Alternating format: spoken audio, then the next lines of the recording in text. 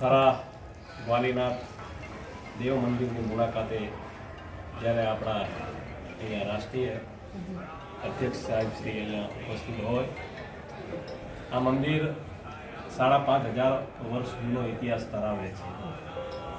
અહીંયા અલાઉદ્દીન ખિલજીનું આક્રમણ થયેલું છે અને 5,000 ભરવાડ યોદ્ધાઓએ અલાઉદ્દીન ખિલજીની હારે યુદ્ધ કરેલું છે. એમાં જસરાજ જાજાવડા જે ભરવાડ સમાજમાં ના વીર યોદ્ધા તરીકે જસરાજ જાજાવડા મોખરે રહી અને 5,000 ભરવાડોએ આ મંદિરને બચાવવા માટે અહીંયા ભયંકર યુદ્ધ થયેલું છે. અને સાક્ષાત કૃષ્ણ પરમાત્મા ગોકુળથી દ્વારકા જતી વખતે રાત્રિ રોકાણ અહીંયા કરે છે અને ભગવાન કૃષ્ણએ 5,500 વર્ષ પહેલાં અહીંયા શિવલિંગની સ્થાપના કરી. એ શિવલિંગ અહીંયા અત્યારે પણ મોજૂદ છે, સ્થાપિત છે.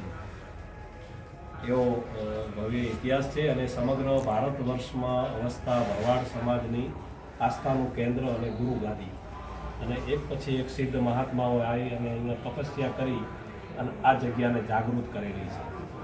અને એવા સિદ્ધ મહાત્મા હમણાં જ થોડા વર્ષ પહેલાં અમારા શિવપુરી બાપુ, જેમના અનેક ચમત્કારો અને પરચા પંથકમાં જાણીતા છે, હમણાં જ તેઓ બ્રહ્મલીન થયા અને અત્યારે પૂજ્ય ઘનશ્યામપુરી બાપુ ખૂબ સારી ગાયોની સેવા અહીંયા અસલ કાંકરેજી ગૌવંશ, જે ભગવાન કૃષ્ણની હારે ગોકુળથી આવેલો ગૌવંશ અને એનો વંશ વેલો, જે કૃષ્ણના ફોટામાં જે પાછળ ગાય દેખાય છે એ જ ગાય એટલે અમારી કાંકરેજી ગાય. અને એના વંશનું સંવર્ધન આ જગ્યામાં થાય છે. એવી સુંદર ગાયોના દર્શન પણ અહીંયા ગૌશાળામાં આપણને થશે.